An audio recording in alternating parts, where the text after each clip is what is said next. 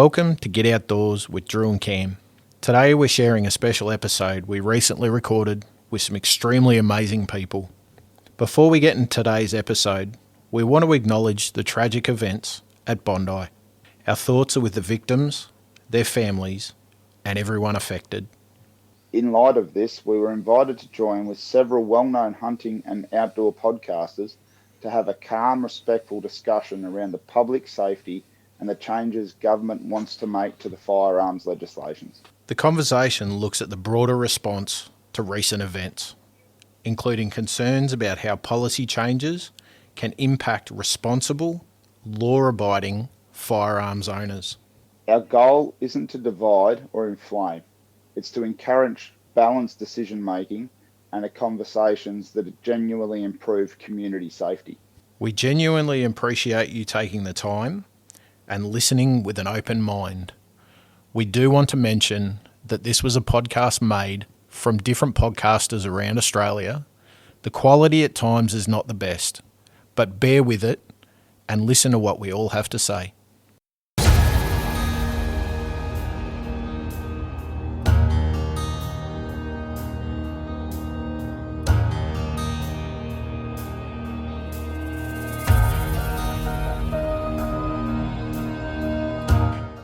United, we stand. This is a little bit different tonight. You're going to cop a lot of different voices, but the reason we're all here is to bring each other together on a united front to talk about something that affects all of us. I'm Dodge from Wild Origins Australia. We've got a whole host of Australian podcasters come together.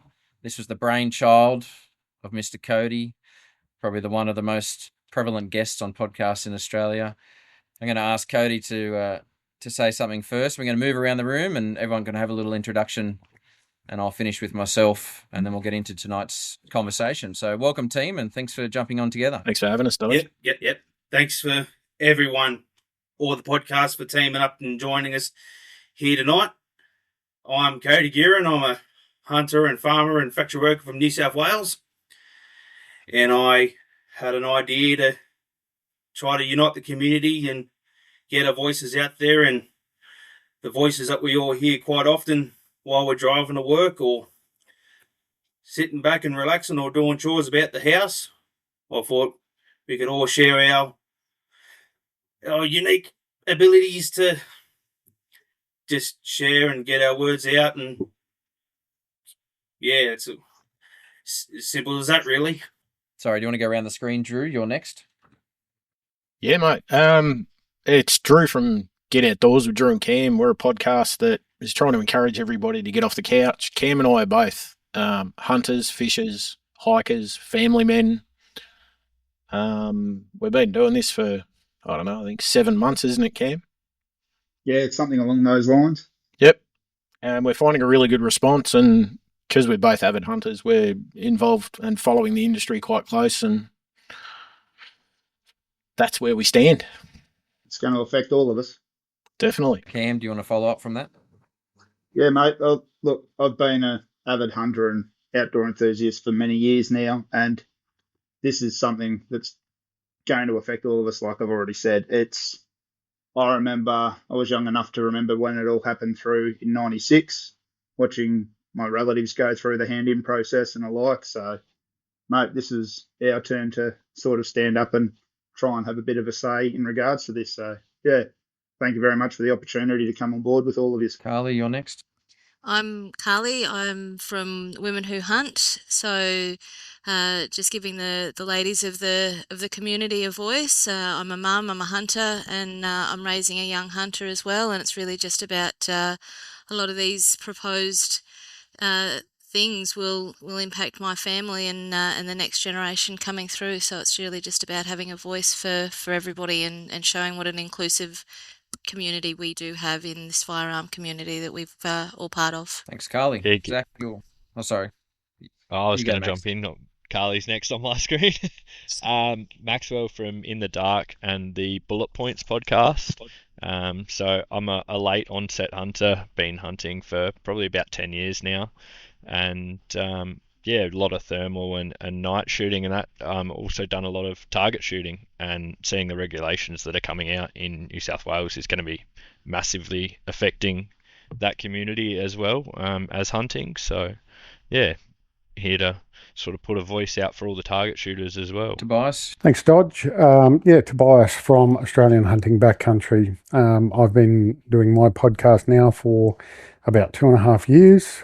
Have been shooting and hunting since I was pre-teen. I'm now involved in the firearms industry, and something else about me which I don't talk about at all is I was a Queensland police officer for nearly 21 years. All right, Lawson? My name's Lawson. I run Nature's Perks with my business partner. We do everything from guided hunts to hunting courses to giveaways. I've been in the hunting industry for quite a while now. I've been a guide for about 10 years. I also work in the industry selling firearms and much, much more. So I'm here to say my share on the whole situation. It's very stressful for myself because this is my living. This is pretty much everything we have been put towards for the last many, many years. And thanks for sorting this out, Cody. And Zach, to close us off, who's probably the longest running podcaster out of all the people here, I'd say. That's scary for everyone to hear. Zach from Hunting Connection Podcast, avid hunter, fisherman, outdoorsman, been hunting ever since I can remember. Started with my grandfather. I hunt with my kids now, and I love podcasting and bringing the community together. And most of you guys and girls have been on the podcast, and so I'm here to fight and make a stand against the proposed laws in New South Wales and around Australia. Right now, I'm Dodge, Wild Origins Australia podcast. It's not my first podcast, had some others, and when got picked up by Blood Origins, and the question was, would we like to do a Blood Origins Foundation one in Australia? I jumped on that and said, why not? So we're a conservation-based community and really just focusing at the moment on what's going on here in Australia and the problems we're all facing. And I think this is a great opportunity to show some unity, to show some gel. This community can get together, can work together, and can be a team, whether we're, like Maxwell said, whether we're sporting shooters, target shooters, hunters, archery shooters, we're all here for one purpose, and that's to continue what we do until our children can pass it on to their children's children. So I don't know if everyone's okay with me sharing my condolences, and the whole reason we're here is because of a tragic event that has brought this around, and I can remember seeing it pop up in the news, and I couldn't fathom what was happening. I'm like, this doesn't happen here in Australia. This is just a disgusting act from two sick people that it was unfathomable for me. I wasn't around when 96 happened. I mean, I was alive. I wasn't involved in firearms. So for me, this is my first time really experiencing that on home soil, and that hurts. It was hard to watch. I don't know if anyone wants to jump in and add anything to that. It's been a very hard week. I just finished recording a podcast, and when I jumped off, that was the first thing that I've seen all over social media Sunday night a week ago. And just seeing everything that was happening, seeing all the raw footage. Unfortunately, that's something about social media these days, is everything gets shared straight away. So you're seeing everything as soon as it was happening, and just unfortunately all the hate that's being spread around all the communities, and that's what we're trying to combat here by bringing everyone together. And it's just, no matter what our background is, we're all into hunting and fishing and the outdoors, and we all need to respect each other to keep this passion going. I was old enough, or I am old enough to have been through the aftermath of 96. Obviously, the world back then was a very different place. We didn't have social media, so we didn't have, the almost live footage being broadcast to us and so forth. So we were reading about it afterwards, or it was on the 6 o'clock news that night and that sort of thing. But I saw the effects of the buyback then, the fallout, and obviously the nonsensical firearms laws that then followed, which we are still suffering with today through legislation that doesn't work, ineffective government departments, and just, like I said, nonsensical bans, and then the whole gun buyback. And friends of mine were affected in the gun buyback where they were not fairly treated. And that's one of the things that definitely concerns me about this, particularly the New South Wales proposal, where they're going to remove the right of appeal, because during the last buyback, you had 2 courses basically, so you could appeal the financial decision, and then after that it was on you to take it civilly. So for me it's a real concern, because I've seen what happened, how we were treated. Yes, the world was a very different place back then, but everybody, I guess the point that I want to get across here really to everybody is that regardless of whether you are a target shooter with your 22 or a skeet shooter or somebody who hunts with a compound bow, you all need to be concerned about this potential legislation and the changes, because it might not affect you today, but I can guarantee you down the track, they will be coming for you. That's a very good point. My wife and I, we both shoot competition, and we've just introduced my 12-year-old daughter, 13 now, into target shooting as well.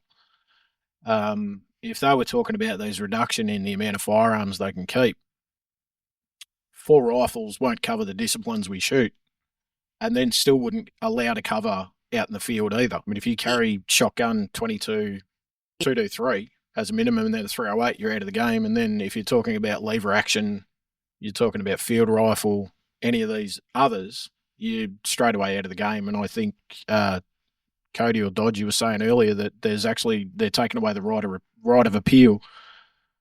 Reading the proposal they were talking about, you could apply to have extras, but it stated in there elite shooters only. I believe it was under the discretion of the Commissioner of Police. So, I mean, that makes an exclusion for just about everybody, no matter what, unless you're an Olympic shooter. Yeah, we're in the same boat here. So we do competition shooting. So there's myself, my husband, and our 16-year-old son. And I know that a lot of you all are in the same boat, and that the firearm number limit, it's just not viable for us, because we are hunters and we are also competition shooters. Effectively, if all of the proposed 10-point plans are implemented, that pretty much just limits it wipes those pathways out, and our son, who's been working at this since he was 12, pretty much the thing that he wants to do and his passion, every avenue to pursue that is taken away. And I think that's probably the biggest thing that's the biggest concern. It's the legacy that's not going to be able to be passed down from generation to generation. So it's not really my generation that I'm concerned about, it's the future generations that we're robbing them of these skills and these traditions by a red pen. The hardest thing too I'm looking at, was it's also going to come down to like an animal welfare issue if you look at it, because we're talking about a maximum of 4 firearms, right? So you look for your legal requirements for Sambar Red, your 270 plus, your fallow hog deer chittle, your 243. So there's 2 done. Then you're a duck shooter or a quail shooter. There's your shotgun. Then you've got to make the decision, are you going to be smoking rabbits with a 223 or not? It's going to have to look at that sort of stuff at the same time. It's a bit hard to gauge it, I think. I think that it's a bit of a knee-jerk reaction in a way, and they haven't thought this side of it through properly. I think that's very obvious, and that was very obvious in the 96 legislation that came about, was that this was legislation written by people that have absolutely zero understanding of actual working firearms and how they're used in a real world situation. I mean, we've all joked about the comment belt-fed magazine, fed shotguns. You know, like a simple Google search for the Premier of New South Wales to come out and say that is simply embarrassing. It's woeful.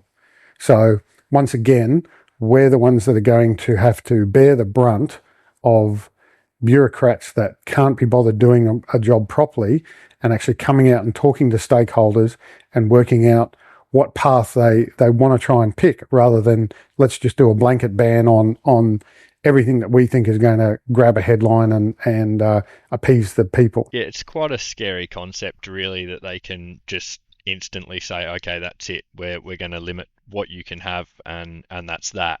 And especially the right of taking guns without appeal. Like, you look at some competition shooters, myself included, I've got a $15,000 competition rifle. And it's like, well, I've got 10 other rifles. I'm also a contract shooter. I cover my contract shooting stuff with a few of my rifles. I can't cover some of my private shooting with some of my other rifles, and I cover my competition shooting with my competition shooting rifles. If I was suddenly limited to 4, there's no way that I could work, do competitions, and go shoot shotguns with my mates in the field or whatever that I choose to do in my private time. And it's quite a scary concept that they can just knee-jerk reaction this and just say that's that. So I really hope that we do see the public standing up for us, as well as all the firearms owners in Australia. And I think a big thing is, if you've ever thought about getting your firearms license, or your wife doesn't have a firearms license, you should go and get them their firearms license. Well, I think one very thing, scary. Dodge. Yeah, the one thing that's being shared right now is that the limit of firearms is no good, and you're seeing a lot of stuff on Facebook from the government, from just everyday people. Why do you need that many firearms? At the end of the day, it's like a golfer has a caddy of different golf clubs. Each one has their individual purpose. Whether you've got 322s, each one of them would have their own specific purpose. Whether it's, you've got iron sights on one, you've got, thermals on another, a typical scope on the other one, and then you've got a variety of rifles for small game, big game, ducks, rabbits, competition, everything. We need this caddy of firearms that we have, because each one serves a purpose.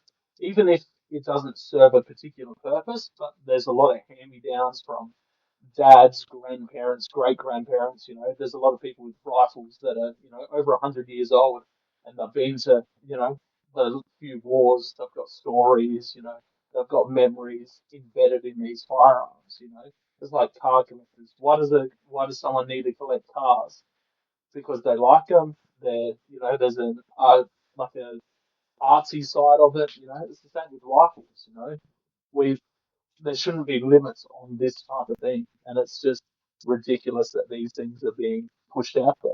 I think a really hard part we've got with our industry as well is there was a news article that was released like in the last 48 hours, I believe, that they were saying that there is a New South Wales Sydney resident with over 300 firearms in his collection. And it was massive wording. I mean, we're by rights, I suppose, we're the ugly stepchild of media now, but when you've got the media trying to beat it up harder than trying to beat a dead horse, basically, trying to instill the scare on top of everything, and your average Joe probably doesn't look at Facebook like they should. They're happy to take what they read as gospel. We're automatically tagged as criminals until we can prove ourselves the other way around. Like, we're far from it. We have to abide by many more laws than the average person. I mean, we're all shooters. We all understand that. But then when you've got the media trying to beat it as well, how do you try and beat the media at their game to prove that we're not? And I guess putting this podcast together, we can show that we're actually, from around Australia, we're a diverse, different group. And we're able to say, look, none of us we're not allowed to even, you're accused of doing something wrong. We lose our firearms. And then you have to prove yourself right. I mean, this is probably the hardest part that we've got as owners of firearms. And then, yeah, our mate Elbow comes out and Go from That's there. exactly right. It's one of the only legislations in Australia where you are guilty until you prove your innocence. Terrorism laws are one of the only other ones. So the commissioner, the authorised officer in whatever state that runs the weapon licensing branch can use whatever information they deem necessary to suspend or revoke your firearms license, and then you have to take them to court and disprove it. Yep. I think the tricky part about that is in Australia, having a firearms license is not a right, it's a privilege. Yes. So then, as you say to your kids, you don't have a right to that. It's a privilege to do that. That can be taken away from you, and that's what they're trying to exercise now. I feel the hardest part with that is too, like looking at some of the proposed changes when they're talking about this national registry. I understand that Victoria doesn't talk to New South Wales and vice versa in regards to who owns what. So I think some of the changes might be a handy thing, a national registry where they know who's what and who's got what. Look, that will play in all right, but it's the other stuff that they're going to try and bring in. The national thing should have been done years ago, because I know as a person that goes from Victoria to New South Wales every so often shooting, I take a photocopy of my firearms registration papers so I can prove that I'm the owner of that firearm. And that's the thing the national thing would bring. But it's also the data leak issues that came with it too. We had a data breach here in Victoria in regards to storage addresses and alike. This is something else they're talking about, having that, that gun, what is it they're calling it, gun safe online platform. I think that's the similar thing to what they're bringing in WA, where there's an app that you have to check in on. I think that's a bit far-fetched, to be honest, and a bit of an overreach, but this is just me and my personal opinions at the same time, unfortunately. I did hear someone talking the other day about the possibility of them bringing in registrations for barrels, stocks, and other firearms componentry, and that'd just be an absolute nightmare if you have a registry that you want to sell a stock to someone because you're going to change to the new model, that you've got to put in a PTA or whatever to send a stock off. I think it's a good thing and a bad thing at the same time, because like you said, they're going to pull in all this other junk that's not really going to change anything and make anything safer. It's just going to make it more complicated. And the weapons licensing branches are already understaffed, undertrained, overworked, under-resourced. They can barely manage. In fact, I might even accuse them of being currently not even able to manage the workload that they have. And they're going to potentially quadruple it by doing that. Where's all this funding coming from as well? We're seeing that. Well, when you mention that, Tobias, sorry, Zach. When I've had a safe inspection for my firearms as part of their requirement here in Victoria, I've had uniform officers turn up, not even sure what they're looking at, and ticking it off on the piece of paper to the registration numbers. It's a bit of a hard thing for them to look at it and be able to say, yes, I know what I'm looking at, rather than just ticking the piece of paper. So, and we've had many customers at the shop that we work at, and they say exactly the same thing. They've come in, they're saying, to the client or the customer, the person they're checking the safe on, you need to take the bolt out of that gun. It's a lever action. So, I think maybe the police need a little bit more training as well. But it's pretty sad to hear that kind of, we get that quite commonly, that we hear that they're doing a safe inspection and they have no idea what they're looking at. All right, before we go on a bit further. Sorry, Dodge, you're right. Yeah, before we go, we've had someone just jump on. Now, I have to reclassify what I said earlier. I said that Zach is probably our most experienced podcaster in this chat right now. But someone has just walked in the room that kicks us all out by about 27 years, I think. Welcome to the room, Jason. Can you hear us? Yeah, sorry, guys. No, Zach's way better anyway. Not better looking, that's for sure. Welcome to the podcast, Jason. I think he's definitely better looking and more experienced, definitely. Jason from Australian Hunting Podcast, one of the OGs, or probably the OG podcaster in Australia. You've missed all the introductions. Go for it. Sorry about Tell us. No, it's all good. Welcome. You're one of the first. Sorry, I was just driving. My parents live north of Sydney, so I had to drive up today about 4 hours. So I'm just looking at this stuff. It's some of the wow. I don't even know what to say, man. I've never been. I think if you guys haven't been online, I think someone just released the draft about an hour ago. If you haven't seen it, it's one of the worst things I've seen, man. PCP air rifles, straight pulls, lever action, it's all gone, man. So I don't know. I heard yesterday they're possibly, I don't know if you guys know any different, maybe you might be able to add, but they're two votes down at the moment. That's what I've been hearing. So that's obviously not good. So if it's two votes down, you can consider it to be basically game over at this point, unless something drastically changes. But I don't know how they're going to ram it through tomorrow. That's or the next couple of days because they need to do certain things. So I don't know if they're going to have time to do it, especially when people are going to be giving their point of view. It needs to be debated. So I don't know if there's any special, what would you call it? Not privileges, but special things they can do to try and ram it through. I don't know in that respect, but it's bad, man, really bad. Like even I'm sitting there going, like, what about people that have got like pistols? What about people that have got do different types of stuff, long range shooting, shotguns? How are you going to do this on 4 guns, man? And what's going to be the criteria for the 10 guns, even for a lot of people? Like I got guys ringing me the other day saying they've got 45 guns and they're not cheap guns. A lot of them are Tikkas and this guy doesn't have anything other than Swarovski on his guns, and he's got 45 at about $6,500 a pop per rig. That's 240 grand, man. Like, how are you going to get the money back for this shit? You know what I mean? How are you going to? That's just one part of it. I'm not even talking about the money right now. It's just I don't know. And that's the thing, Jason. They won't pay us fairly for these things. They didn't the last time, and they won't do it again. They'll look at accessories and say, "Sorry, we're not paying for it," or you can sell it on the private market. That's an us problem. That won't be a them problem. Yeah, it's pretty bad, man. I don't even know what to say at this point, man. Like I've got this Bluetooth headset on, man. I can normally charge it every 2 days. I've been charging 3-4 times a day just talking to people, and it's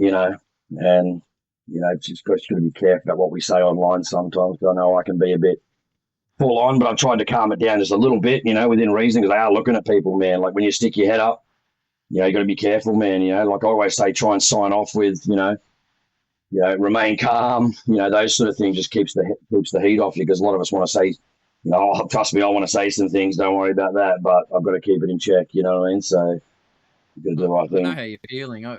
My phone's been blowing up since it happened too, and to the point where I nearly have to turn notifications off just to work during the day because certain chat groups are just going, and none of it is exciting. Like it's all. I'm reluctant to say depressing and mental health thing. Like you don't want to say those things, in the current world because it's another reason for them to take guns off you, but. It eats at you when you don't have an opportunity to not think about something, and that's all. I'm in an industry, few of you guys are too, where this will not only hurt us as a hobby, but financially. This is business. This is a small business for me, but it's a bigger business for a lot of people. I always take the opportunity to talk to people who aren't hunters, whether it be on a plane, talk to anyone at the shops or a customer with my day-to-day job.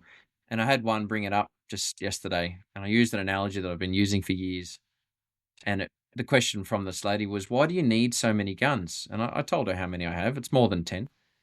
And her husband is a Harley builder, maker, custom stuff in his garage. And I said, how many cars have you got registered at this address? And she's like, 13 or so. I said, how many do you drive? We got this for that and this for that, and that's for that occasion. So my analogy is the golfing analogy.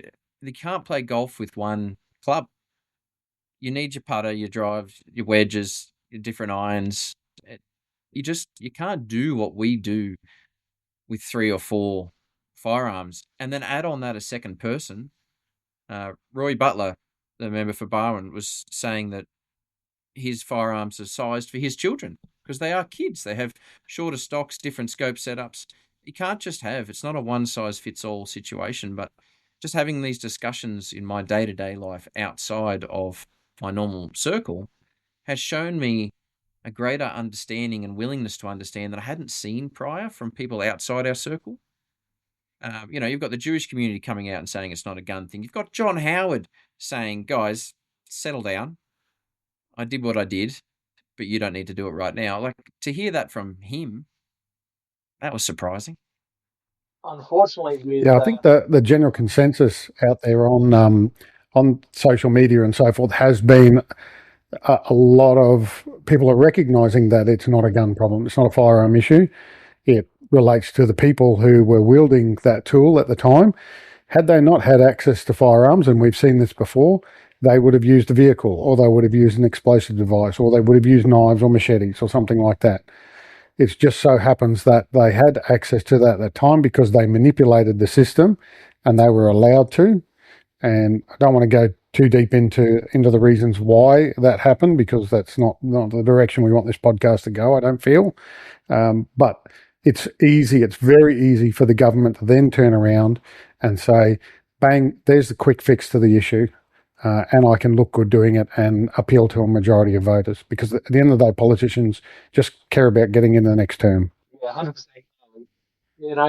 Unfortunately, with old Johnny Howard, I think it's more of an ego thing than anything is the reason he's stepped out instead.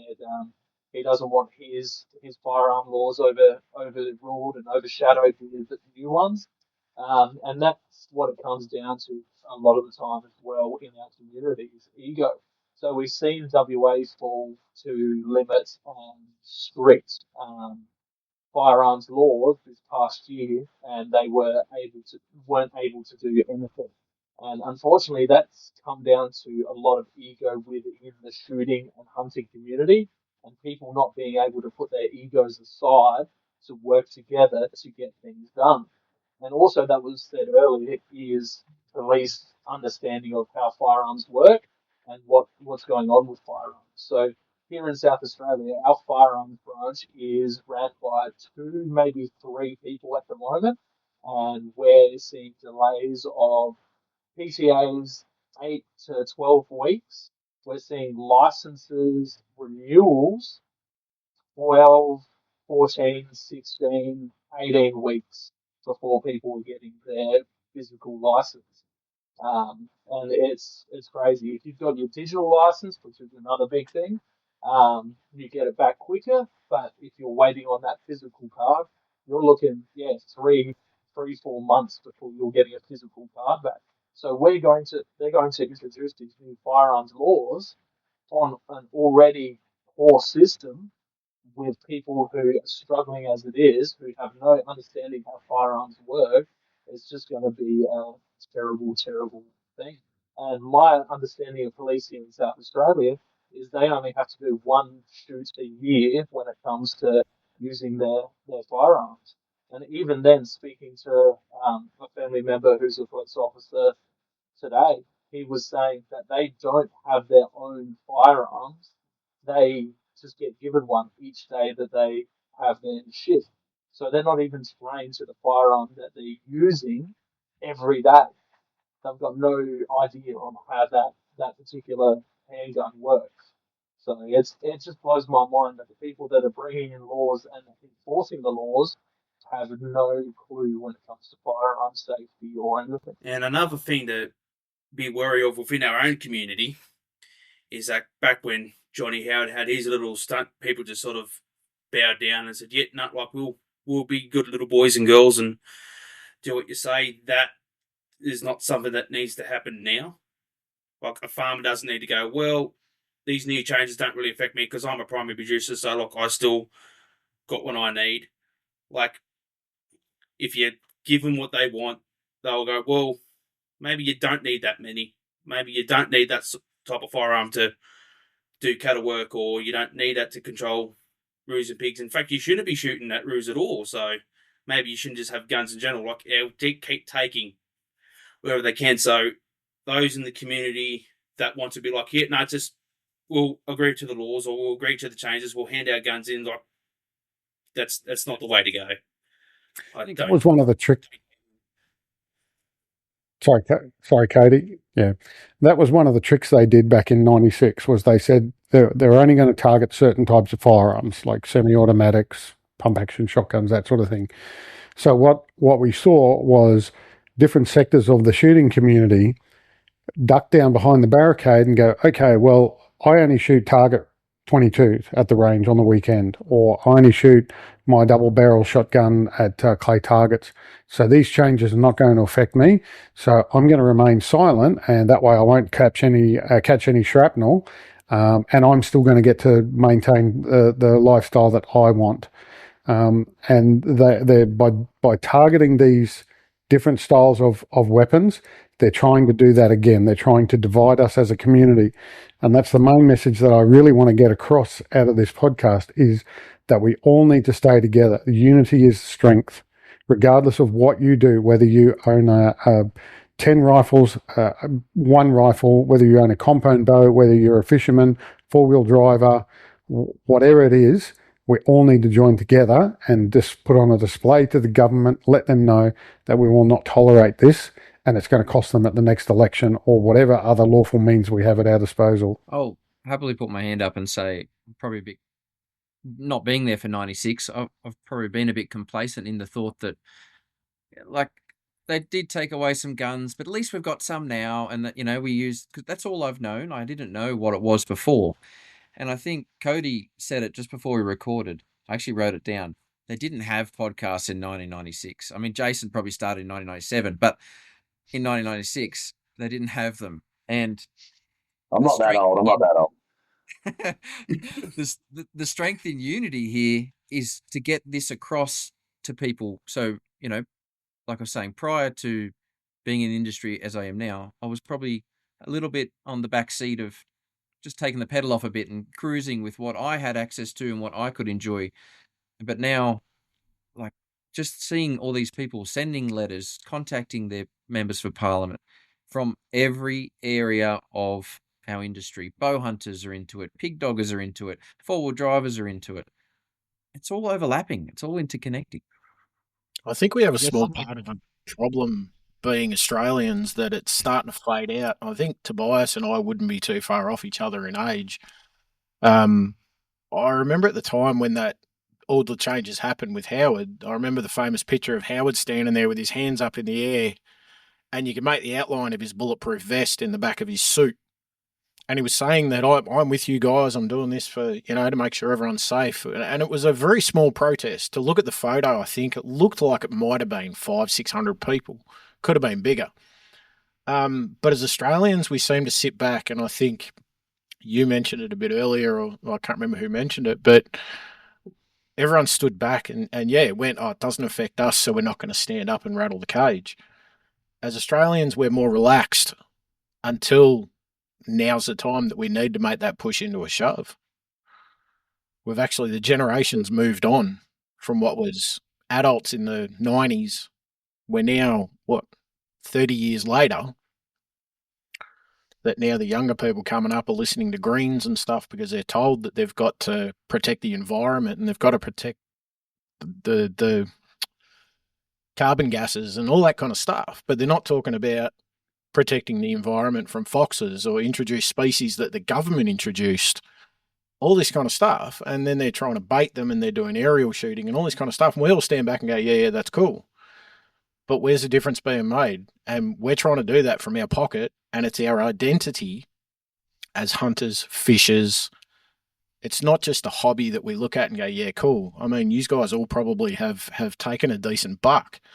I take a lot of rabbits with my daughters 15, 20 minutes from my home. Shared them with Cam. Cam shares his deer with me.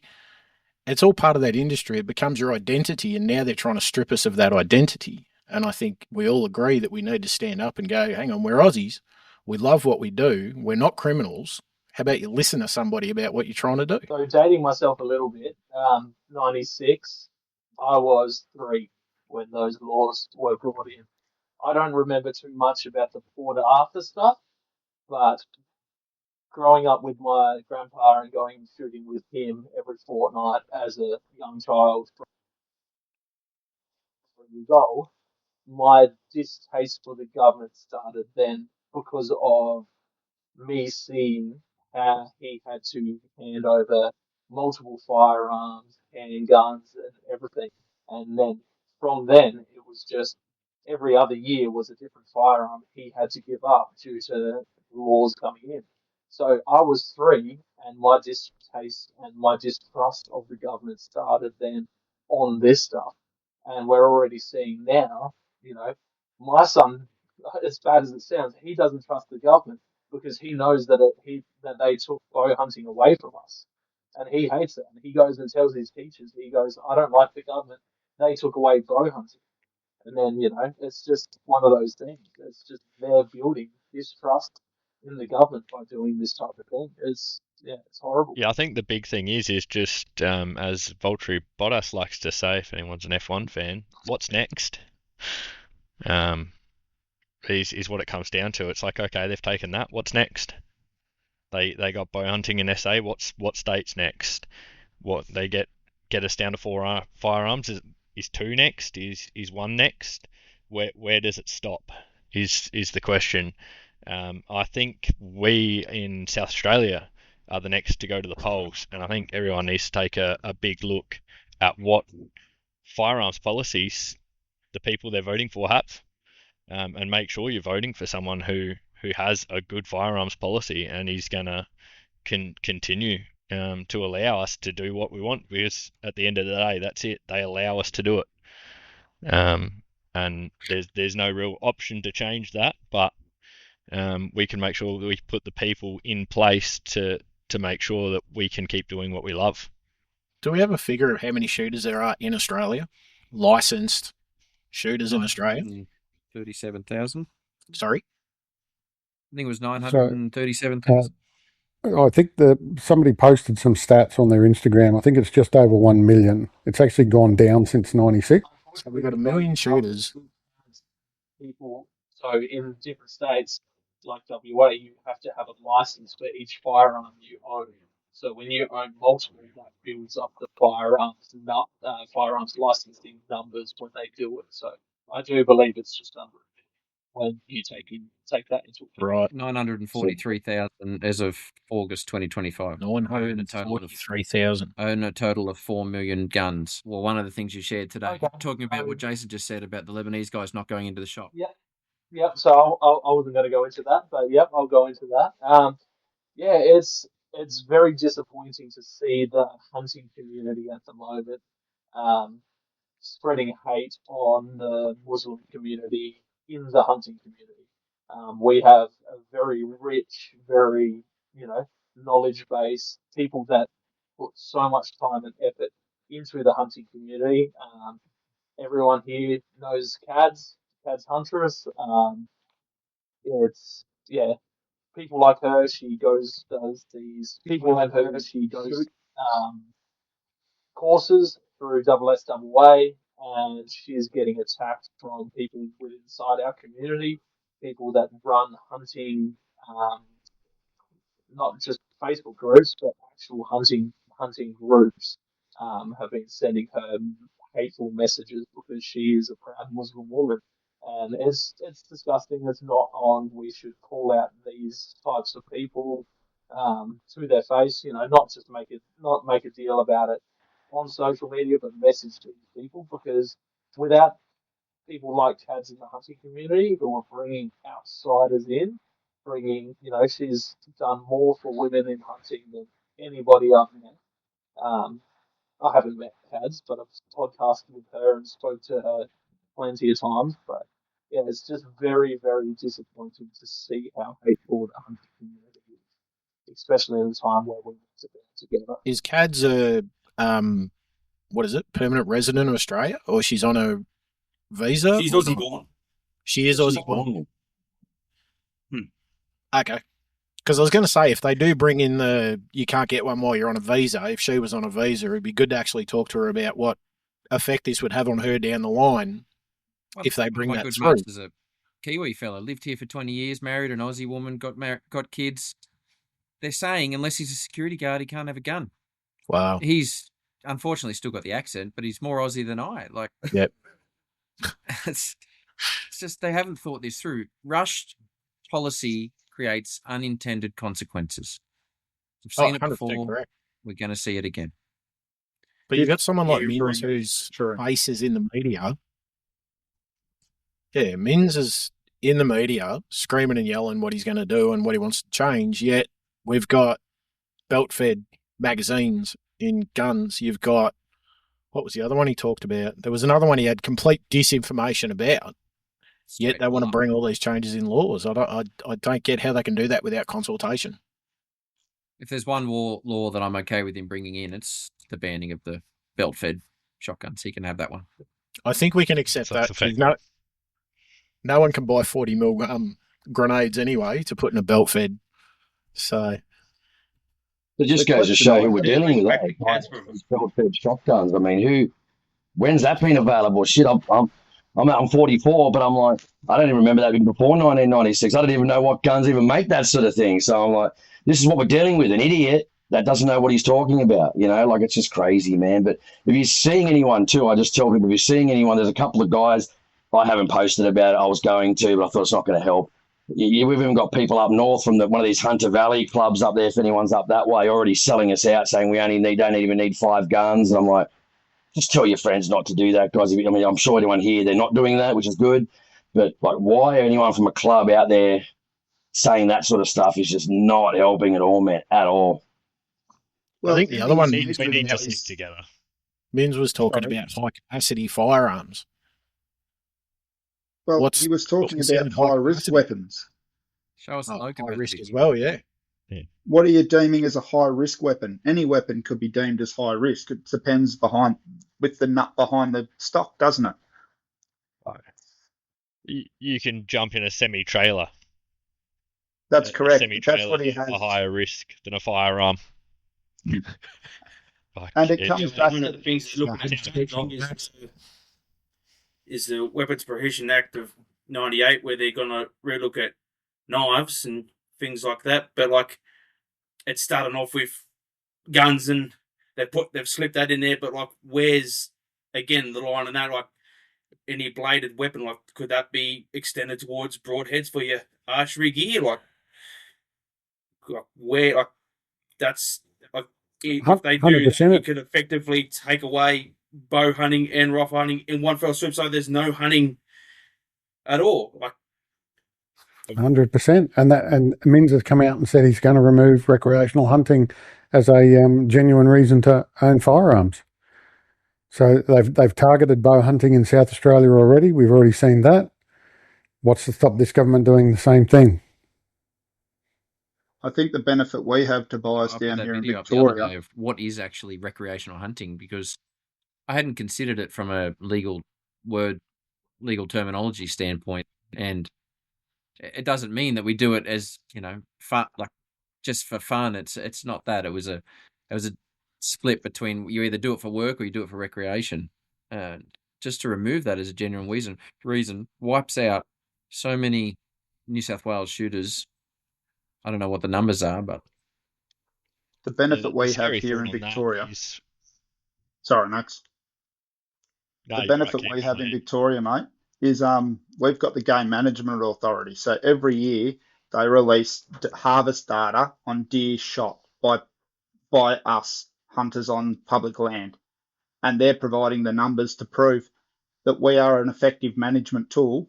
We're not a fully effective management tool in the numbers of sambar deer, because they seem to breed like mice, and I can never find the mongrel things. But it's the thing about it. It's a government agency is releasing these figures and data every year. So if they want to argue it, you could go to those sorts of regulatory bodies that you have in your states and go, what are the harvest data for us as hunters from last year? And use that as a means to prove that hunting is a general and that should be considered a capable method for obtaining a firearms license. I just want to say, what happens to all the farmers that rely upon recreational hunters in New South Wales and Queensland to keep their pigs under control?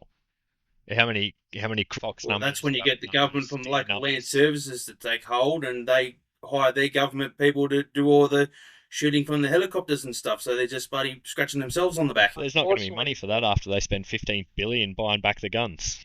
Yeah, true. Whereas one thing that I had to say to my little chat group, who keeps trying to talk? Go, Zach. No, you go. Unfortunately, the Invasive Species Council has come out against recreational hunters as well, saying that they believe in a 2 to 4 gun limit as well as caliber limit of 308 in the last week as well.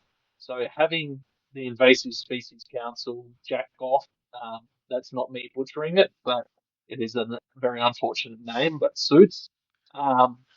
It's just very unfortunate that they've come out as well. People that are supposed to be pro getting introduced and feral animals off of the landscape have come out against recreational hunters, saying that they agree with these proposed laws. And like was said earlier, the Greens have also been pushing for no one within suburbia to own firearms. They're looking at keeping firearms in a safe place like a gun club, not being able to store them at your own home address. And there's a bunch of other things being floated around like that as well, which is just horrifying. Like, where are criminals going to go? They're going to go to a gun club that houses everyone's guns because they know that's where they're going to be.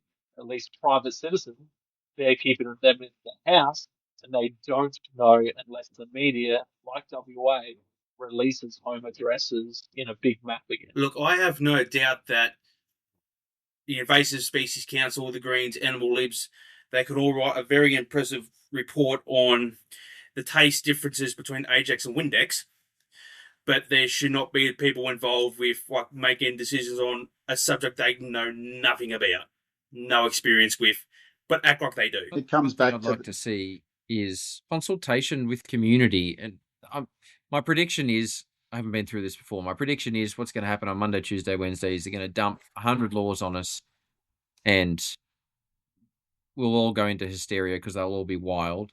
And then over the course of the next 6, 8, 12 months, however long it takes to come in, we'll rein a few of those back in. They'll lose a few of them. And by the end of it, we're going to have some of them stick and it won't be fun. But it just, the rushed lack of consultation from people that don't know the difference between magazines and clips and all the terminology they should. It's the wrong people to make the decisions. Why not, say, hey, look, we'd like to change the firearms laws because of what's happened. Let's all talk about it for 6 to 8 to 12 months and see if we can find some sort of happy medium. Obviously, we don't want to see things changed, but how about we wait for the investigation to happen and then the coronial investigation and then be guided by the coroner's findings, who is more independent than this supposed panel that they've put together to consult with that didn't happen to have anyone from the firearms industry on it, just coincidentally. Can I ask from a layman's background there, Tobias, you having the background within the industry back in the years ago, what's a coronial inquest going to do for the benefit of hunters and shooters in changing laws or introducing laws or backing laws off? How would that affect the everyday bloke that wants to go out and shoot? I wouldn't necessarily say it's going to benefit anyone. It's just the coroner has different powers to a criminal investigation. So a coroner can ask different questions, can direct people to answer questions, can examine evidence differently. So basically, the idea of the coronial would be that the coroner would then come out with some recommendations rather than trying to find guilt or innocence.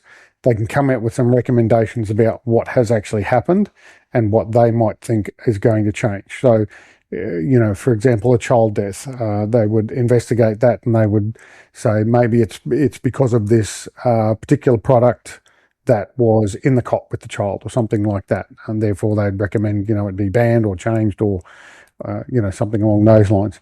So it could be a benefit for shooters and hunters to wait for that. And again, post 96, what was one of the first things that Johnny Howard did? Stop the coronial inquest in the Port Arthur. Yep. So, yeah, it could go either way. Like, there's no guarantee it's going to be a benefit. But that would be how you would approach this situation from an evidence-based perspective, rather than this knee-jerk type reaction. One thing Okay. I'm worried about is firearms law legislation rarely, or I don't know that it's ever gone backwards. So once it's been put in, it doesn't go backwards. Whether it was right or No. wrong, once it's in, it's hard to revert. No, and that's the big thing too that people need to understand. The whole of us need to understand is that once we lose, like you said before, we don't have a right. We're not America. We don't have a Second Amendment. Everything that we're afforded is freedom, and once you lose that freedom, it never comes back. So even if the government is wrong, they won't change it. They will never take it backward steps. They'll just change it and progress it forward slightly. So something like the firearm laws being changed, they can actually be forced through Parliament, or do they have to actually sit for a debate and then later on down the track, can it be, I think the word's rescinded, can it be brought back upon debate again or not? I think the big issue is there enough people to debate it? So if there isn't, my understanding is if there isn't enough dissent within either house, if there isn't enough objection to it, then it doesn't have to go through a debate. So they can put it up for vote, and if it's unanimous or the majority, I think it has to be over 70%. But whatever it is, if it gets through the vote, then it just goes through. So this is my understanding is in New South Wales, you've got the lower and the upper house, and this bill that they're going to present has to go through both first of all. So this is why it's still important for people to be emailing, calling, and writing politicians to say to them that this is going to cost you in the long run. It's going to cost you votes in the long run unless you object to this. So they need, and unfortunately, the Minns' party has a majority power there at the moment. So it's going to require his own party members to go against him. Yes, something that was said that was very, very good there is emailing your local MPs, state and like your local and federal MPs, emailing your police minister, emailing your police commissioner, your premier, um, as a state bound. So our police commissioner actually came out the other day on a radio interview saying that um, laws are sufficient and that the process that we go through here in South Australia to get a firearms license and then apply for firearms is sufficient enough. So that's one benefit if things aren't being brought through on a federal level. But yeah, the only way we can get politicians to speak for us is to email them in numbers and not just a generic email.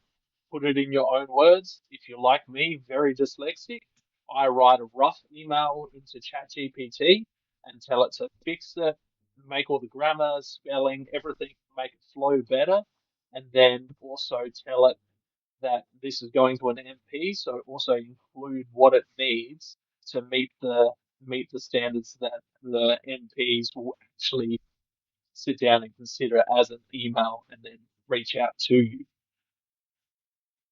Going around at the moment, sign them and also use. So we've got a bunch of different shooting organisations that are sharing different. Just sign them all. We need these shooting organisations to work together. Like I said about WA, they need to put their egos aside and work together. It doesn't matter what discipline of shooting you do. We have to put our egos down. Email every MP, use every contact you can. Get your wife, your dad, your mum, your uncle, your auntie, everybody to email. I did 5 emails the other night with assistance of ChatGPT. It took me 5 minutes to get those emails out. It is not a hard thing to do at the moment. It's not a hard thing to personalize them. It's something that we need to do. Adding on to that, people in the community who, if you've got the energy, like we'll circle Cads back into this, if you got the energy to write a hateful letter, but pegging her out, like she's a lovely woman, I consider her family. We go hunting at least once a year together. If you got the energy to beat on her, who's a big supporter and advocate for all things hunting and firearms related, bugger off with that energy attacking on the people that are doing good and focus on doing the emails for the MPs. Like, put the energy where it needs to go, not where it's going to divide us. If you can And It's complain not a on time. It's not a time for hate. No, it's not. complain on social media, you've got the time to write an email, whether it's through ChatGPT or just write it yourself. And if you're complaining on social media or complaining in person about how these firearms laws are going to affect you, and you do not write to your federal, state, police minister, police commissioner, premier, whoever you need to send those emails to, you don't deserve to have firearms at the end of the day because you aren't fighting for your passion. You aren't fighting for your right to own firearms. So I don't want to hear any complaining from anybody that's not mobbing. And with the emails too, I've heard people say that, well, the responses have been coming through mixed from the people they're emailing, but one of the main themes is they're not responding to cut and paste emails. So when I use GPT, I say things like, this is an emotional topic for me. This affects my livelihood. Please add the right amount of emotion using Australian English, Australian language, and give me 10 different varieties of this email. And then it does it for you. And then I spit that out. I've done that. Just an update on the petitions, the 2 petitions, because people seem to forget or miss the fact there's 2. There's one for the Legislative Assembly, is currently at 73,884 signatures. Sorry, that's the lower house. And the upper house one is at 50,708. So those links for those will be in the show notes for this when it comes out, this episode. But keep signing. We shut down their website. The amount of people logging in to sign over the last 72 hours has shut down and slowed down Parliament's own website capacity, which is incredible. Just New South Wales Yeah. people. That's not Australia Resident. wide. That's New South Wales residents. So that's amazing to see those numbers. But unfortunately, those 2 petitions should have exactly the same amount of signatures on them. So I think one of the other things that we need to get across to the entire Australian population is that if we do have this gun buyback, where do they think the funding for that is going to come?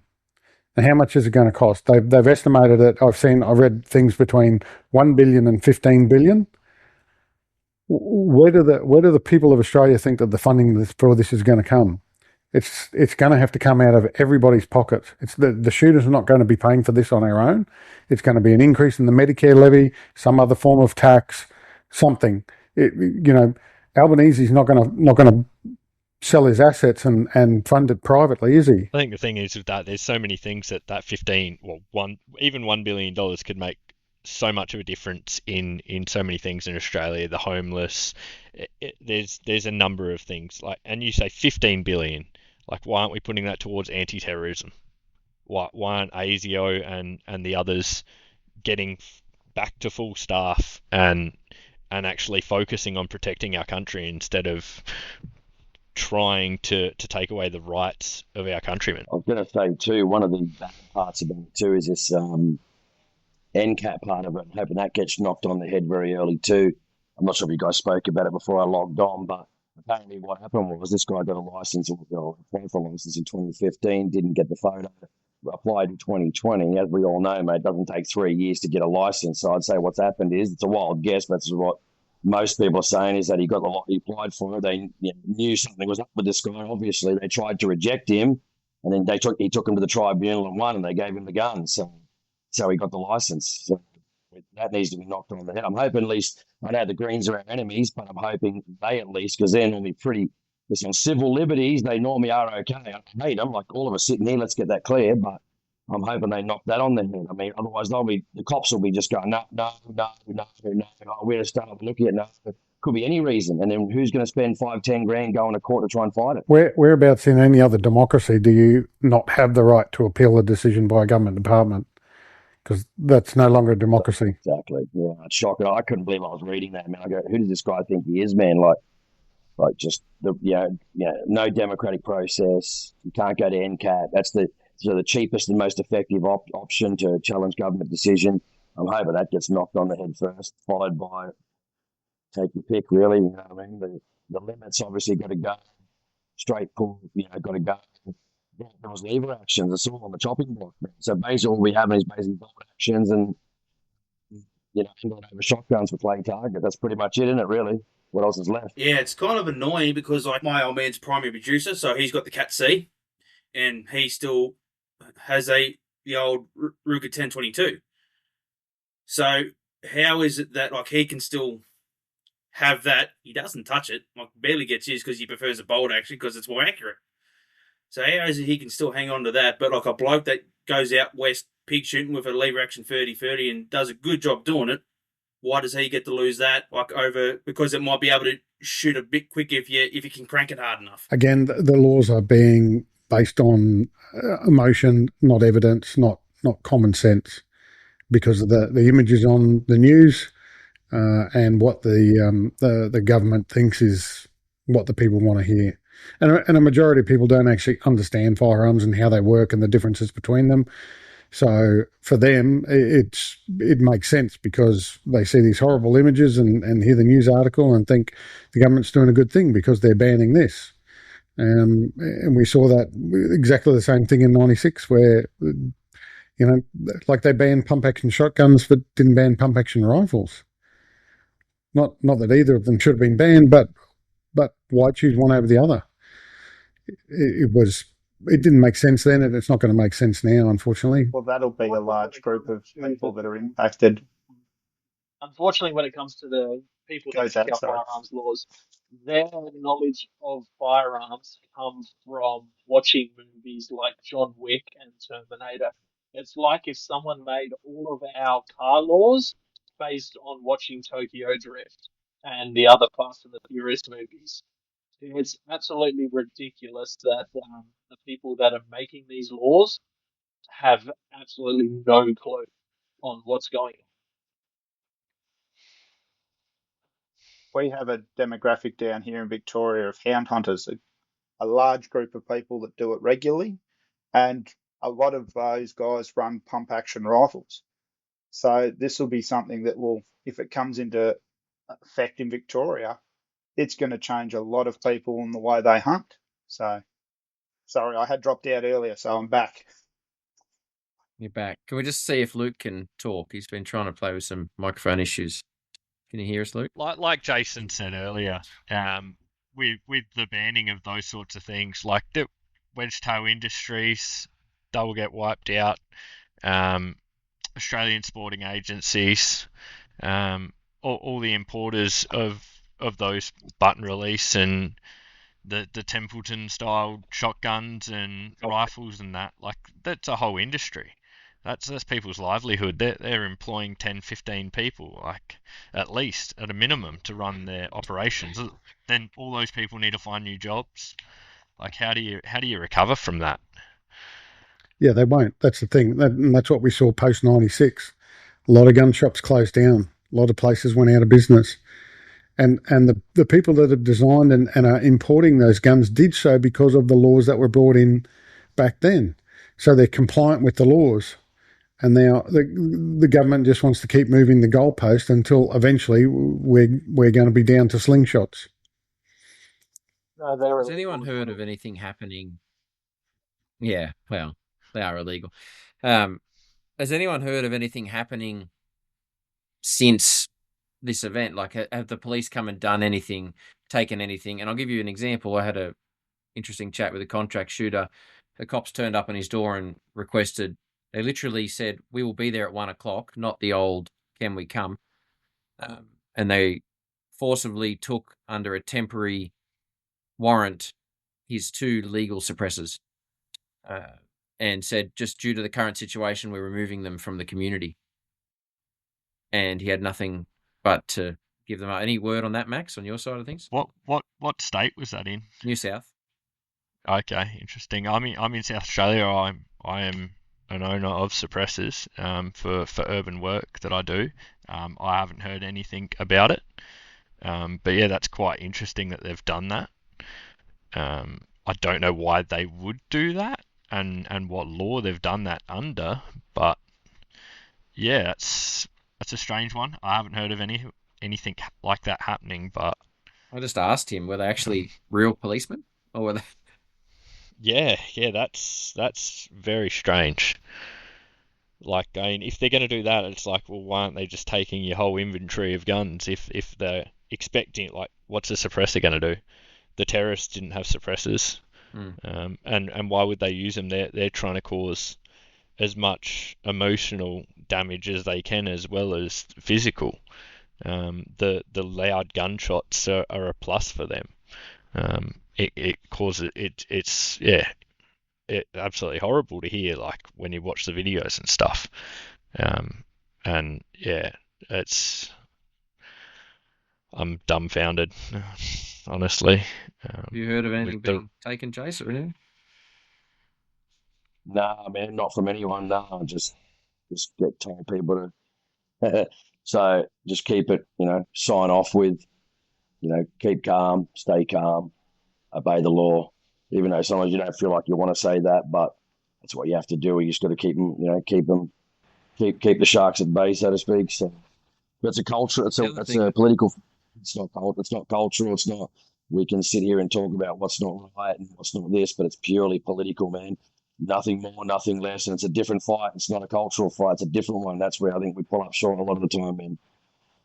One thing they've removed from us is our right to protest too, and that's a very clever timing choice. I was in a chat the other day, and I won't say who said it, because you probably won't want it said out loud, but he said they haven't removed your right to walk down both sides of the road legally as a large group, but as soon as you step onto the road, you're in trouble. So they were, politely suggesting that might be an option, but I definitely don't recommend that sort of thing happening yet. Yeah, The scary thing with that is, unfortunately, with protests, that's our biggest form of publicity. If things do go to a protest form and they allow a protest in New South Wales, we have to be legal, respectful, and just anyone with bad behavior, call them out straight away. Like, that has to go, because that would be our largest public gathering, and everyone has to do the right thing. Because as soon as we've seen with protests in the past, with all these other issues, as soon as bad eggs show up, start causing issues, it just tarnishes the whole name. Like, we have to be smart about this. And as angry as we are, like, I've joked around about, we need to block off, all the cities with trucks and make a big stand. Jokes, obviously, but like, we're all emotionally upset about this because it is our lives. Like, it's not just a part of football on the weekend or soccer on the weekend. Each one of us sitting here right now, hunting, shooting, and the outdoors is who we are. There was even some suggestion about if there is to be a march, whether it be a dress code or something like that. Like, I think the bigger boys, the bigger players that would usually organise a march are nearly reluctant to put their name to it too. We all think it's a great idea, but no one wants to put that name forward and say, well, this is the SSAA march, because then anything negative falls back on them. So that, I don't think someone needs to have the kahunas to step up and do it. I don't think it'll be the Wild Origins Australia march, but I was just about to suggest. It's interesting with the whole, like with the SSAA, like there's been a bit of a divide there too. It's like which organisation do we back up to push the fight for? Like, do you back Australian Recreational Union? Do you back SSAA? And I was like, no, you shouldn't back them because they did this and that back then. You shouldn't back these ones because they're only fresh. They don't have enough bloody members to get anything across. But like, I don't know how to handle that side of it, but I think support all of them, and whoever gets a bit of a lead up, and everyone back them up on it. One's in better than none. But they've done this on purpose, man. Right? It's obvious why they've done it, and then a lot of people are going to be. I mean, I'm on holidays for a week. I mean, you guys too. Most people are on holidays for most of January, so they've done this on purpose, man. Because they know people are going to be away. Whatever the situation, just going to put it on, man. So there's no beefs with anyone at this point. We just got to get it done the best way we can. To your point, Cody, I think it would be great if everybody had the budget to share the love across a number of different associations and unions and groups and so forth. But if you don't, then definitely do some research, have a look at who is out there, really pushing the whole narrative, not just a self-serving narrative. Yeah, some of our larger organisations have enormous kitties already in the back. I mean, obviously that's not designed to be used for this, but what's the point in having it? There's one Sydney gun club, Sydney hunting club with several 100,000 in the bank. What's it for? If you can't use it for events like this, I'm not saying, that I'm not putting my money in too, but how many committees and everyone says, oh, we just need one. If every hunter in Australia, or every shooter in Australia, 947,000, put in $10, we'd have, however many millions of dollars. Yeah, we've already done that. We're already members of how many clubs? Where is that money being spent? Oh, we're working on it in the background. I want to see it in the foreground. One of our major shooting parties, probably hate me for saying it, Shooters, Farmers, Fishers Party. Yeah, they're out there putting some content out. Hire an editor. Put together a classy video that can, reach wide, because it just frustrates me that we've got this financial backing behind these lots of little clubs, or we shouldn't say little, lots of different options, but it's not one of them is stepping up that I can see, or doing what we're doing here, coming together that I can see. I mean, there might be happening in the background, but let's get some unity behind some of these larger clubs. I was going to say, surely there's got to be one guy out there, or two, or three, or 10 that have just got the big bucks, man. Where are they? Where are the Clive Palmers or I don't know, who cares? I don't care where the money comes from at this point. Where are they? You know what I mean? Like, you're not the first one to say that. There's a lot of stuff going out there where people just decide if they want to be on the internet, but they're just not, like you said, the videos that you were just referring to. Like, I spoke to Alex. He called me the other day from Shooters, Fishers and Farmers. And I said, well, once they know you're talking to me, they're probably not going to want you to. But I said, I don't care, man. I'll share the stuff. Doesn't bother me. Let's just get it done, man. Whatever's gone's gone. Let's move on. And I said, you've got to get them out there. But, some people even talking to me going, the editing's not there. And it's they're looking down when they're talking. And I said, we've got to make it professional if we possibly can. So at least as best as we possibly can. I know it's time sensitive, but try your best, bit of editing, just going to make it a lot better. Be prepared. But I get, how can you be prepared when this gets thrown on you for 5 days before Christmas? So. Is there an option for a High Court appeal to the laws in New South Wales? I can ask ChatGPT. Well, I'm just thinking, like I do remember there were funds set up at times for further legal costs. So if this legislation does come in, is pushed through, perhaps people are keeping things in reserve for paying big legal fees and trying to challenge it that way. Because let's face it, that's realistically the only option that people have. Goes with these communities. Everyone wants to be the name behind it, but no one wants to be the face. There's a lot of stuff going out behind closed doors, and we've seen that with bow hunting here in South Australia. Everything happened behind closed doors, and there was no real face.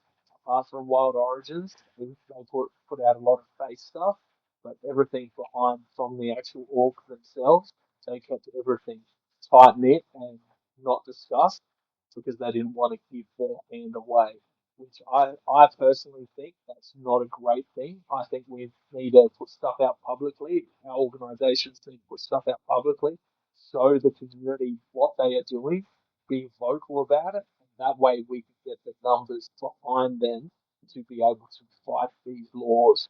Because my personal belief, we should not give a single firearm. Any firearm that's taken away from law-abiding firearm owners is too many. There's something that's been floated around. If firearms are getting taken away because you have too many, the limit's 4 or whatever the limit they're proposing is going to be, find a friend that has 2, give them 2 of your rifles. Find another friend that has only 1, give them another one. Rather than getting these firearms destroyed by these buybacks, give them to other hunters so that the numbers are still out there and we are not giving up a single firearm to be destroyed. Because any firearm that's destroyed His buyback is too many. To answer your question, Tobias, yes, you can challenge, this is obviously AI, not me. You can challenge legislation changes in the High Court if you believe federal law is unconstitutional or beyond parliamentary powers. The High Court won't veto laws, but can declare them invalid if they breach the Constitution, like implied freedoms or power limits, making them futurely ineffective. So it needs to infringe on implied freedoms, like free political communication, or exceed the Parliament's constitutional powers. I mean, we all agree with this being those options.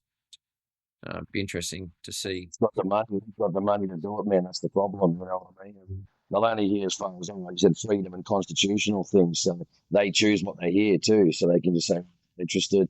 If it's political, it could be a problem too. You know, sometimes. And, you know, it was good. And you know, some people even say, "Listen, I don't want to go down this path." But you know, so if we can have 10 guns and you have to get a membership, well then, who stands to profit by that? You know what I mean? I think we've all got half an idea about what I'm talking about here. So having to go to the range and, you know, what I'm talking about, double SWA, let's be honest. So are they going to fight for this, or are they going to be pumping their fists saying, great for us? You know what I mean? We've got now a shit ton of money coming. Like, it's not about that for me, man. Never has been. So I'm sure the guy sitting here is exactly the same. Mate, they make money off this, man. So, you know, they're going to do the thing too, mate.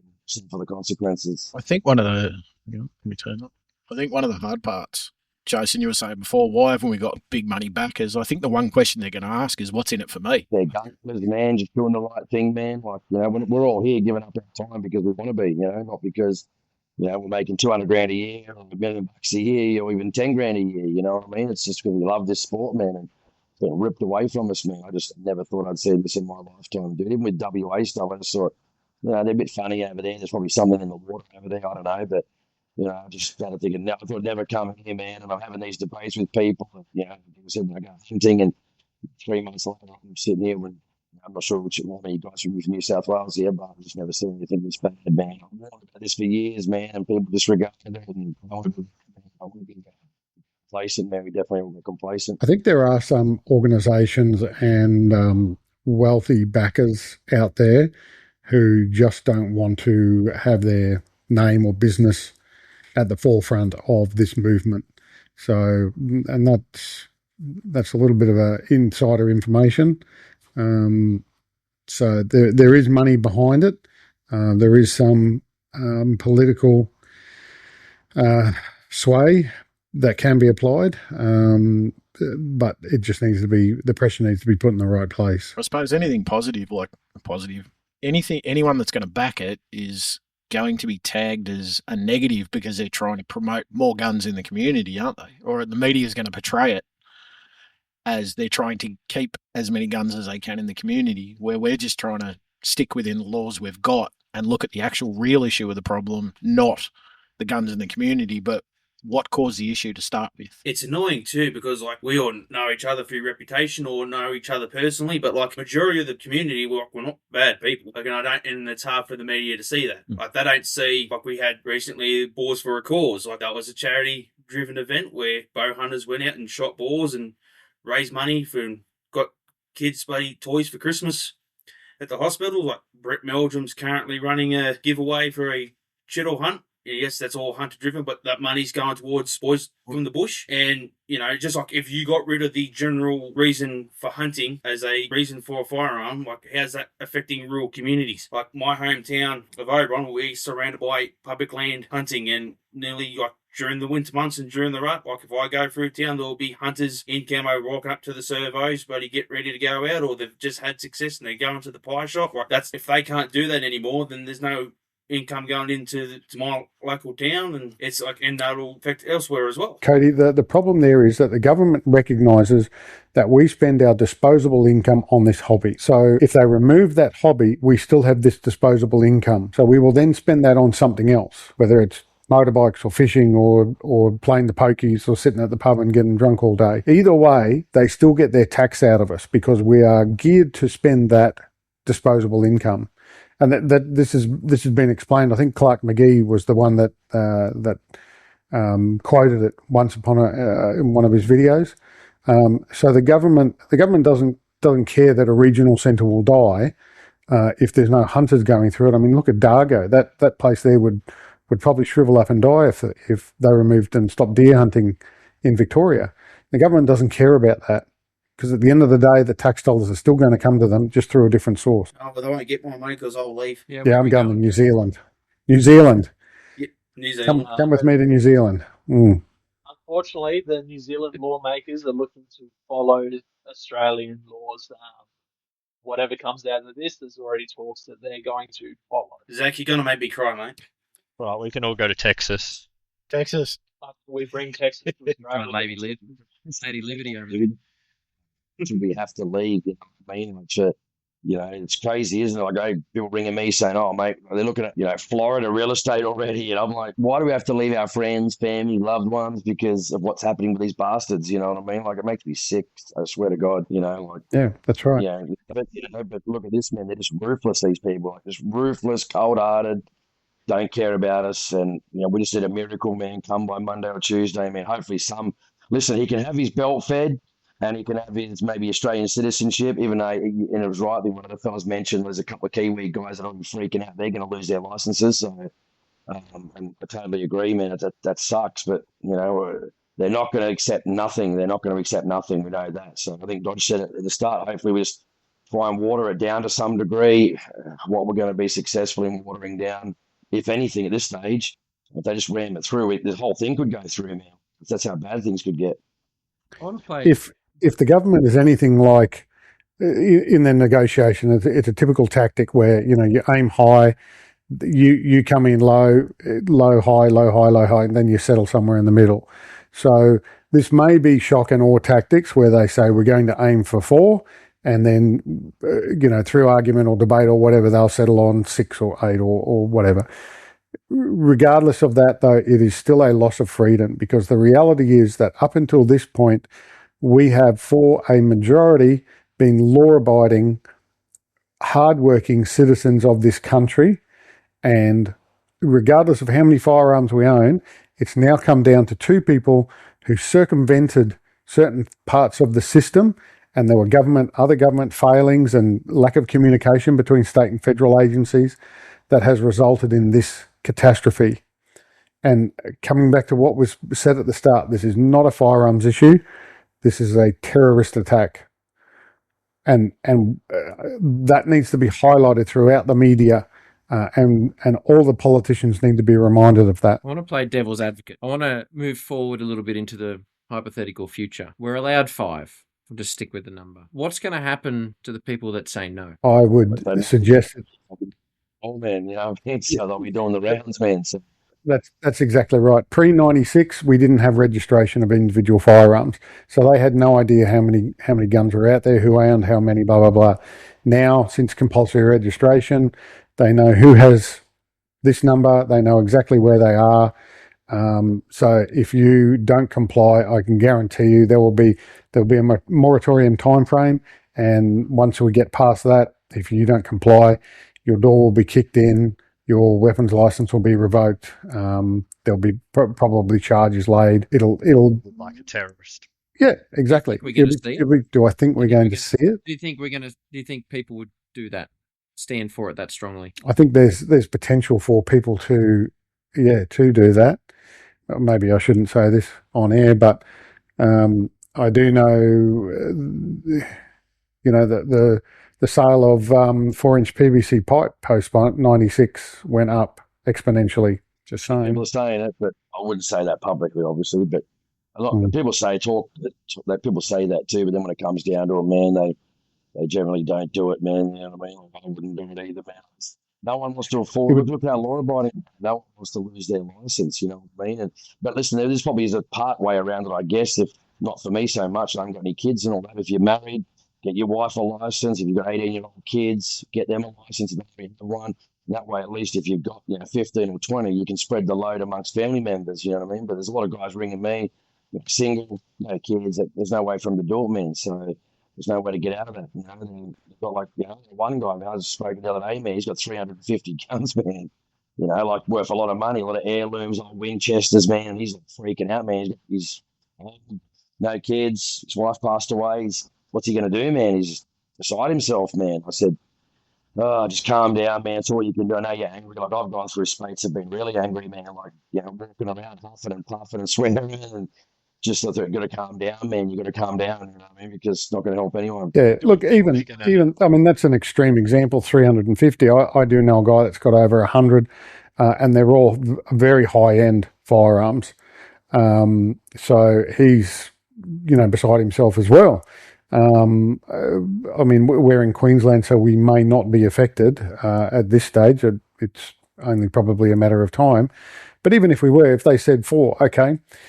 So in my example, I've got a 16-year-old son. I've got 2 firearms here that I want to gift him that he hunts with at the moment. He does have a Queensland miner's license, weapons miner's license. So it's legal for him to hunt with those firearms. But I want to gift him those when he turns 18, transfer them to his license. My father has also just gifted me 2 of his firearms because of his age and impairment, he's no longer able to hunt. So he wants to see them used. So there's 2 more firearms that have very unique sentimental value to me. So even without my own firearms, there's my 4 already. So I don't feel that that's an excessive amount. Where do we go from here? And this is what the government is failing to take into consideration. The likes of Minns and the comments that he comes out and makes around, why do you need these? Why do you need this many? Why do you need these? Blah blah blah. You've got no perspective, and you're not interested in hearing our side of the story and consulting with the industry or any of the hunting community. So you're never going to understand. Couldn't do anyone either. I don't think he's even talking to anyone. That's like, I don't know if you guys are any different, but he won't talk to anyone from the industry, mate. Period. Zip. Nada. Nothing. So I don't know if you guys have heard the same thing, but like I said, I don't know if you guys do. When I just hunt, I shoot plays. I used to have my pistols, but I don't anymore because I didn't have time. But I mean, we do one-lane shooting, gong shooting. People do PRS. They shoot clays. They do a lot of different stuff, man. Like, how is 4 even going to do anything, man? Like, it's just, I don't know, man. That could be a thing. You don't even. Thank God they just got hunting off. But I mean, look at all the rest of the stuff on the film, man. Like, I was talking to Nate from Edge of the Outback. Like he got a bunch of PCP air rifles. They're on the list now. You can't even have those. It looks like the old Springer could be gone too, depending on how they shoot. Like air rifles, for God's sake. I mean, God, this is terrible. Like, I've just never seen anything like it, man. Absolutely crazy. Like, I was just talking about Edge of the Outback. He's shared the draft bill, and I've just got it here in front of me. It's called, believe it or not, the Terrorism and Other Legislation Amendment Bill. So we're going to ban air rifles under a terrorism bill. What an insult! What an insult! Yeah. That just shows the mentality of it, doesn't it? It's the lack of research that's been involved in it too before they've come out with these allegations. Can skip those steps. I mean, we're probably all a bit pissed off too, eh? Like, I know I've said it, man. I mean, how do you guys feel about, we're a conflict from nowhere near us, man. It's nothing to do with us at all. I've said it before. Yeah, they've got some problems, but this is their fight, man. Head back home and have that fight over there, mate. Like, this has nothing to do with us. And we're all sitting here in this chat having to talk about all this stuff, and it's nothing to even do with us. This is like a conflict from the 3 corners of the way around the world. Like, what is going on? Like, crazy. Yeah, that's a whole other podcast, Jason.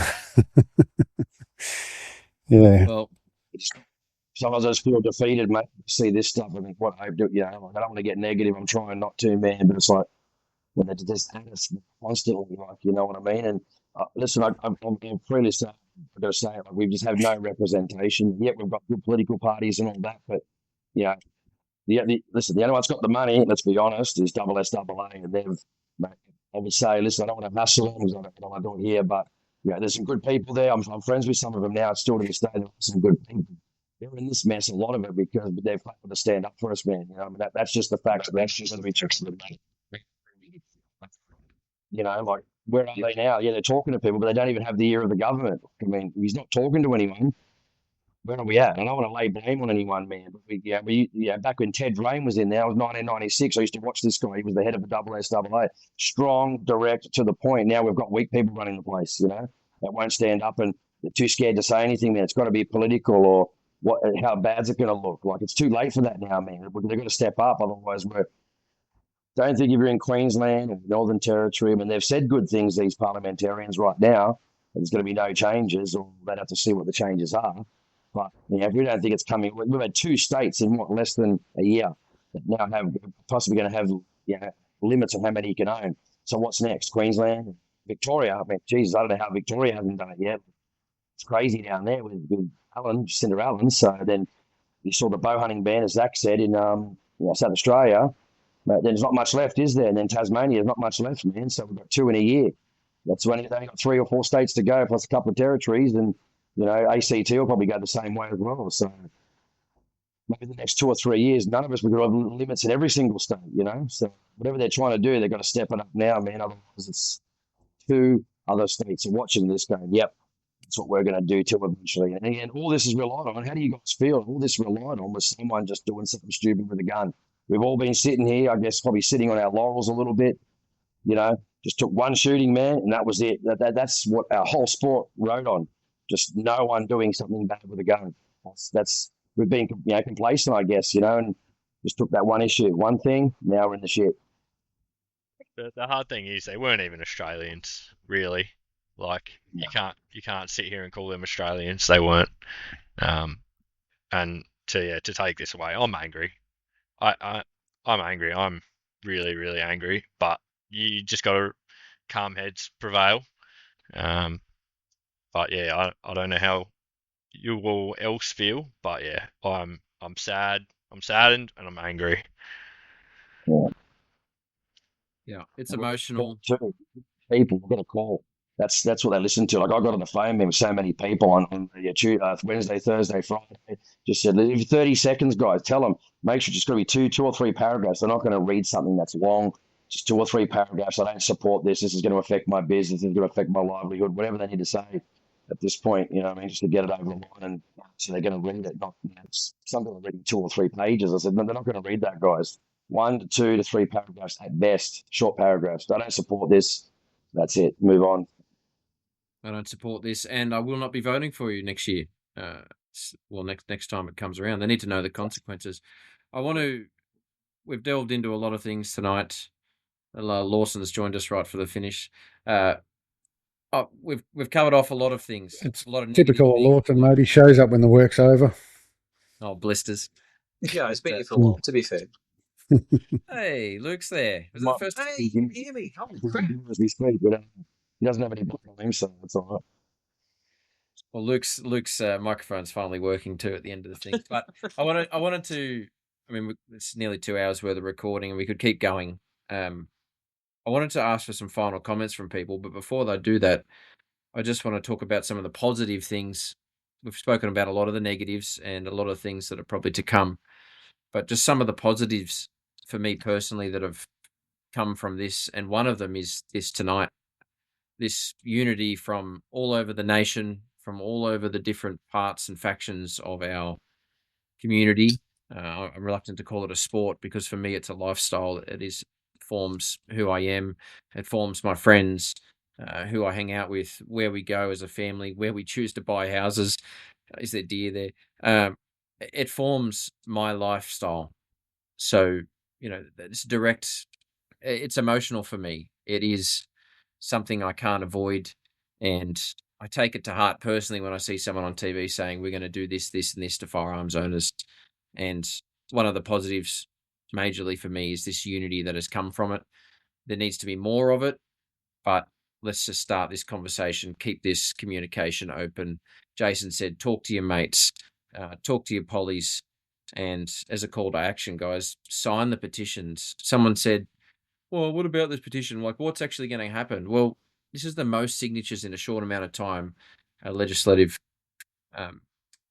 poll has ever seen. This is showing, mass movement, and that's something we didn't have in 96, and I'm hoping it has some way of moving the scale of things right now. So I just want to call for some final comments. I don't know if you can go around the screen. First comments for you, Luke. May as well start with you so that you started and ending at the same time. Cheers. Sorry for all the technical issues at my end, fellas. I suppose I'd like to comment from a personal and in a sense a professional perspective. A lot of times in the last week I've seen the comment posted on social media that cars kill lots of people and we don't ban cars. Now, not necessarily, well, not today, but just literally yesterday, I was cutting a 17-year-old out of a car that was crumpled beyond recognition, and that is my day-to-day bread and butter. That is my profession. So I know firsthand the horrific toll and the ripple effect that has on people and the wider Australian community. And to read those comments and to know how horrifically true they are, and then have that same argument just thrown out the window when it comes to how safe the sport of the use of firearms is in our country, and as a pastime, as a lifestyle, as an occupation, it's disgusting, and it infuriates me no end. And now I'm a latecomer to being a firearms owner. Zach knows a bit of my background, where I broke my leg 5 or 6 years ago.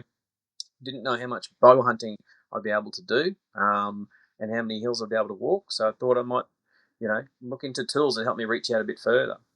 So I am a latecomer to the firearms scene, but that doesn't change my passion for what it is that it represents, and the connection and the cultural heritage that this government wants to, and the governments want to strip away.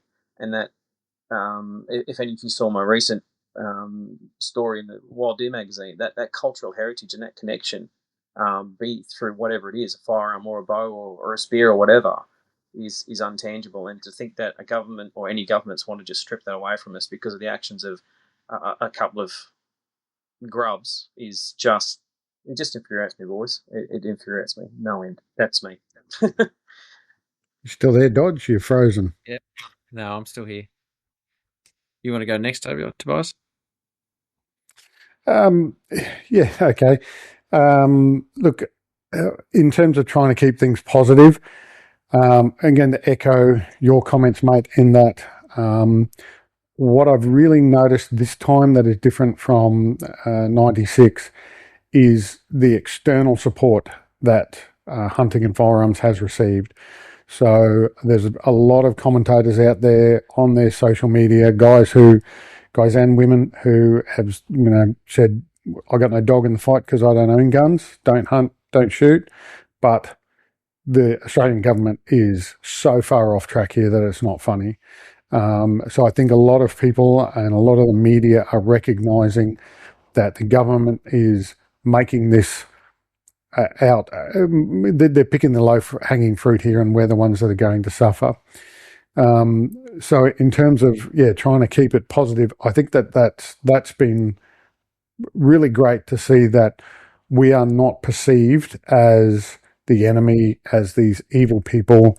That hunting is a legitimate pastime, recreation, what it does for us, what it does for our mental health, the food on the table, all of that sort of thing. And that's been really encouraging. So whilst I'm sure we're all going to suffer a loss in some form of, further legislation, I do believe that a majority of the community outside of a firearms ownership is with us. Awesome. Yeah, very, very similar to the rest. I do like seeing what we're seeing online with the positivity, especially something like Zach posted a few hours before coming on. This is caused by two people that were just, I'm not going to go down that line, but two people that were unfit. This was just missed, and a lot of other stuff that went wrong and has gone wrong. So stay positive, breathe. I know I went into a bit of a state of what's going to happen. I've got a livelihood with this stuff to do with firearms, and I really had a couple of tough days there where I was stressed and so on and so forth. Breathed, I thought about it, going through the process, yes. So all we do is fight now. Send letters, tell your mates. I've told my partner, And she's new to guns, and she's like, "I'll get my gun license. I understand what we're doing here. Well, I'll go get it." So yeah, just fight. Tell your mates, fight. Send letters, call, and like Jace said, short, sweet, keep it to the point. And I'm not going to vote for you next time because you haven't done your job. So yeah, that's my final comments. And thanks, Cody, for sorting this out, and Dodge for hosting it. I'm going to keep it short and sweet, but peace, love, and unity. We all need to stick together. We all need to love each other. And if we don't stick together, we're going to lose this amazing lifestyle. Yeah, I think it's different this time. I think we'll keep it short too, as I can. I think the people on our side, as Tobias said, I think it's not like '96. I was looking at a bunch of politicians today, like Michaela Cash, just going berserk, man, against Albanese, like just saying these things. The governments are coming out from other states in support. Listen, I wouldn't say support, but I'd say, nah, they do things different there. We're doing different things here. So it's good to see. It's not like '96 where it was bipartisan. The general public see what's going on. Get your friends too. Anyone on social media, like I'm not going to say who, but there's several high-profile people I've just not seen anything from in regards to this. Like this is just begs belief how people that in different, even they're in different states, can be in different states, how they've not a single post on this stuff, man. It's just like get them in if you can. Talk to them if you're seeing anything from pages that aren't sharing. Just say, mate, come on, man. We're going to go together. Otherwise, it's going to be bad for us. So, you know what I mean? Keep it nice and friendly, and yeah, let's see how we go. The magical moustache, Max. Yeah, thanks for having me on, guys. It's been wonderful. Obviously, as everyone said, it's for everyone, but feeling the unity of everyone here and all the love going around is absolutely awesome. And just want to send that out to everyone else who's out there. Call your mates, check in on people. It's going to be a tough start to a new year, but we can only go forward. So let's just keep moving, keep writing letters, keep doing what we've got to do. Thanks, Max. What about you, Drew? I think you've all actually covered. I'm not sure if Cam's still on. He said he had to jump ship. But Cam and I both probably sit on the same page as everyone else here on this podcast. Our biggest tagline at the end of our podcast is check on your mates. I think that's one of the most important because even for myself, my wife shoots, my daughters are getting into it. Try to keep that positivity running and seeing the unity, even for us all on this podcast. I mean, Cam and I are new to this, but the unity between us and trying to roll that down the line is something that I think we need to do. And even if this doesn't come off in a negative manner, I think we need to try and continue this within the industry.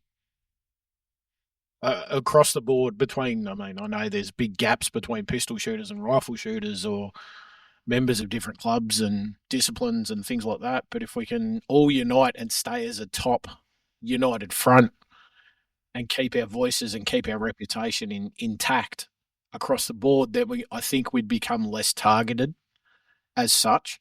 I am still here, and I'm just going to say thank you to everybody that's jumped on and had a conversation. It's been a really good conversation, the bits that I've been able to hear, because I've been dropping in and out. But look, I'm encouraging any of my mates to start sending emails to politicians and voice your concerns. So that's all we can really do, unfortunately. That's my feel anyway.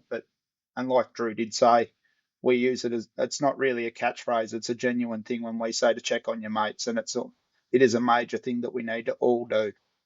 So thank you, everybody, for the opportunity too. Absolutely. Thanks heaps, guys. Well, this opportunity was brought to you by the Cody Gearin Factory. So, Cody, do you want to close us out? Well, first of all, I want to thank all of you for coming on and being part of this. When I put the idea out there, I thought it was going to be a long shot and no one would be too keen on it because, you know, some egos tend to take over, but you've proven me wrong and shown that ego is not part of this debate. You know, new people were worried about coming on, whether they'd be able to make it, but like those of you who have, well, thank you. And Jason, I know you've copped a fair bit of flack and been bombarded by everyone, but that you found the time to make it on here. Thank you. Luke, I know you got in last minute, but like, thank you for making it in the end and being part of it. We did have the Hunters Campfire boys, Ian, Mark and Jono, part of it too, but unfortunately conflicting schedules made it that they were unable to be part of this, but I'll thank them anyway for being part of it and being part of the discussions to get this up and going. And huge thank you to Dodge and Wild Origins Australia for hosting and doing all of the logistics side of it. And to those of you listening now, thank you for, whichever podcast feed that you've found this on, because it's getting shared across everyone's. Thank you for listening to this far in, and if you can, share it around and do what everyone here has asked you to do, and email your MPs and do whatever you need to do. And and unfortunately it's the meant to be the holiday season now, and we're a bit of a negativity, so I'll just wish you all a Merry Christmas, and it's the 21st now, so it's Gravy Day, so I'll wish you a happy Gravy Day as well. Thanks, Cody. Thanks for everyone for jumping on. Two things. Obviously, this podcast is going to go wide, so I feel sorry for people who listen to several of our podcasts, because you're going to just get this dumped on all of your platforms, but listen to it twice, 3 times. Listen to it on everyone's channel. But the key is to share it, so this reaches everyone. United we stand is what we've called this episode. I hope it's not the last time we meet together. I hope next time we meet together, it's either hunting, or 2, it's celebrating some wins. And I forget who said it, but unity and strength. We're showing it tonight. This is what we're doing, and that is what we need. So thank you to everyone. Thank you for joining us, and stay wild, Australia. Thanks for taking the time to listen to the conversation. These aren't easy topics to talk about, but we believe it's important to discuss them. If anything from this episode stood out to you, we encourage you to keep the conversation going respectfully and with an open mind. Public safety matters to everyone, and meaningful outcomes come from balanced discussion and informed decision making.